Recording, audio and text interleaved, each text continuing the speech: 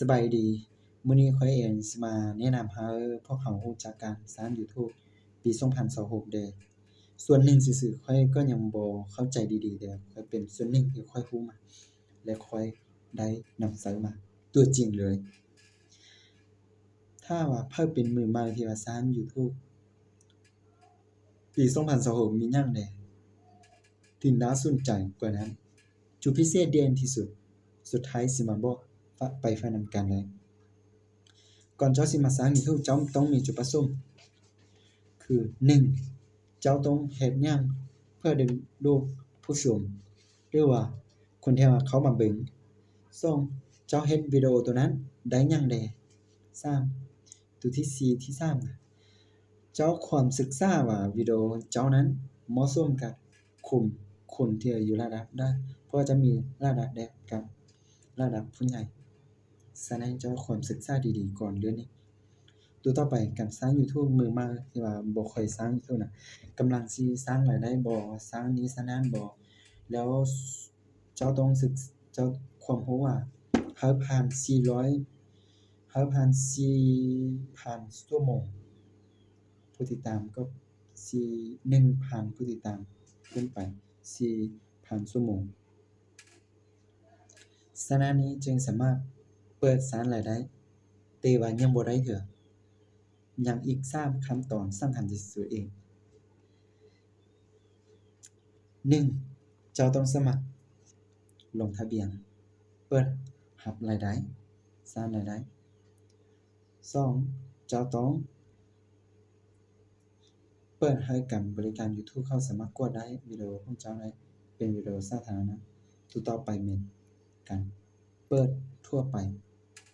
วิดีโอของเจ้าเป็นวิดีโอที่สาธารณะแต่ว่า3อย่างนี้ตัวที่1 YouTube เข้าตัวที่1มันเจ้าเฮ็ดให้เจ้าสร้างเมื่อวิดีโอเจ้าฮอด 1,000 วิดีโอเจ้าน่ะมีผู้ติดตาม 1,400 ชั่วโมง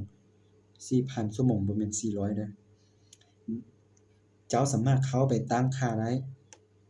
ตั้งค่าตัวที่1แม่นเจ้าตั้งตัวที่2แม่นเจ้าตั้งตัวที่3แม่น YouTube เขาตั้งให้3อย่างนี้เกี่ยวกับ Google AdSense เด้อเท่าที่ผ่านแล้วอาจจะรู้เท่าที่บ่ได้ผ่านนี้ควรศึกษาดีๆเพราะว่า Google AdSense นี้มันจะเป็น1ระบบของหลังบ้านของ YouTube เลยมันจะช่วยในการจ่ายเงินให้เจ้า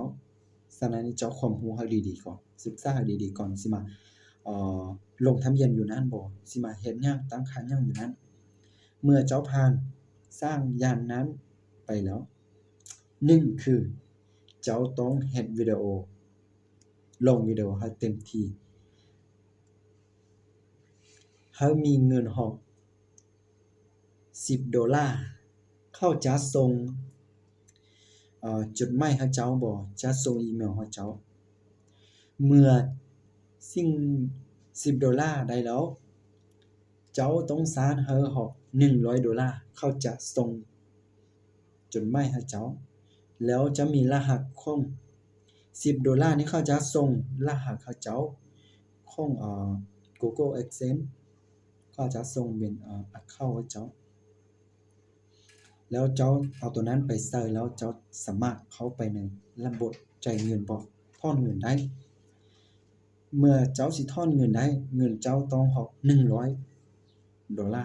ฉะนั้นเจ้าเฮ็ด YouTube ใหม่ๆนี้เจ้าความรู้และความศึกษาดีๆแต่ว่าสำหรับปี2026นี้ถ้าว่าเจ้าเป็นผู้หนึ่งที่ว่าสร้าง YouTube น่ะมาโดนน่ะผ่าน3กฎแล้วแต่ว่าเวลาท่าน่ะท่านี้ฮอด$10แล้วแต่ว่าท่าจดหมายของ YouTube นี้ฮอดโดนแต่ว่าสำหรับปี2026นี้ YouTube เขาเปิดใช้ดิจิทัล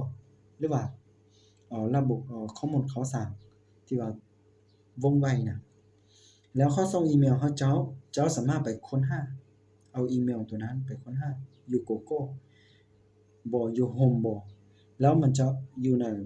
ตัวนั้นมันจะเป็นจดหมายให้เจ้าสามารถเข้าไปในนั้นเจ้าใส่รหัสตัวอยู่ในจดหมายตัวนั้นไปแล้วจะออกตัวที่ YouTube ของซาส่งให้เจ้าสามารถไปเอาอยู่นั้นเจ้าบ่จำเป็นต้องท้าจดหมายเขาเปิดใช้เป็นระบบทางการแล้วสำหรับเราแม่น คนเราน่ะเราสร้างนี่อาจจะท้าโดนๆแต่ว่าเมื่อเราสร้างได้แล้วเราท้าเวลาท้าโดนๆ1 เดือน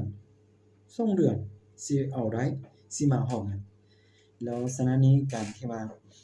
เดี๋ยวนี้น่ะไผสิสร้างยูทูบบ่ที่ว่าเป็นมือมากน่ะความศึกษาเข้าเลยเพราะว่ามันจะตกเข้าไปแล้วจะเป็นปัญหาเมื่อเราสร้างยูทูบแล้วเมื่อเราเอามาได้แล้วเราจะเข้าไปแล้วจะมีระบบรหัสให้เราเข้าไปเอารหัสตัวนั้นมาใส่อยู่ใน Google Adsense เนาะเราจะเข้าไปจ่ายเงินได้ถอนเงินได้ฉะนั้นนี่เจ้าเป็นผู้หนึ่งที่ว่าสร้างยูทูบมานี่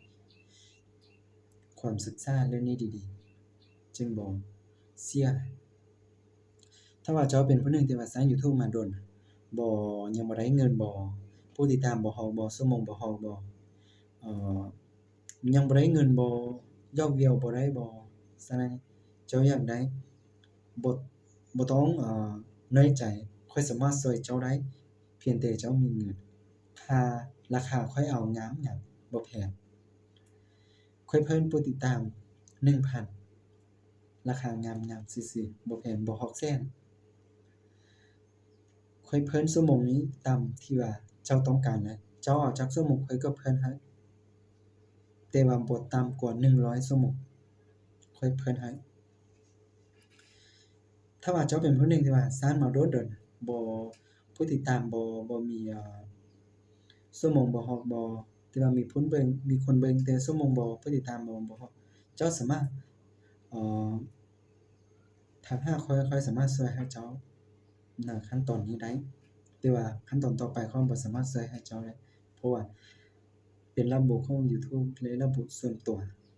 ฉะนั้นนี่ถ้าเจ้าเป็นผู้หนึ่งเล่นยูทูบมาโดนแล้วน่ะเจ้ายังบ่ได้เปิดสาระได้ยังบ่ได้เทื่อเจ้าบ่ต้องน้อยใจเจ้าสิค่อยๆบอกถ้าว่าเจ้าอยากสร้างช่องยูทูบช่องหนึ่งแล้วเจ้าบ่รู้สร้างบ่เจ้าสามารถสิหาข้อยบอกทักหาข้อยบอกอยู่ในคอมเมนต์วิดีโอตัวนี้ได้ข้อยสิมาแนะนำวิธีการสร้างให้เจ้าตัวจริงเลยหรือว่าข้อยสิสร้างให้เจ้าเลยเพียงแต่เจ้ามีเงินก็พอฉะนั้นทุกอย่างแล้วแต่เม็ดเงินถ้าว่าเจ้าอยากสร้างอย่างนี้ควรศึกษาดีๆก่อนสร้างจึงบ่เสียใจขอบใจที่เบิ่งวิดีโอ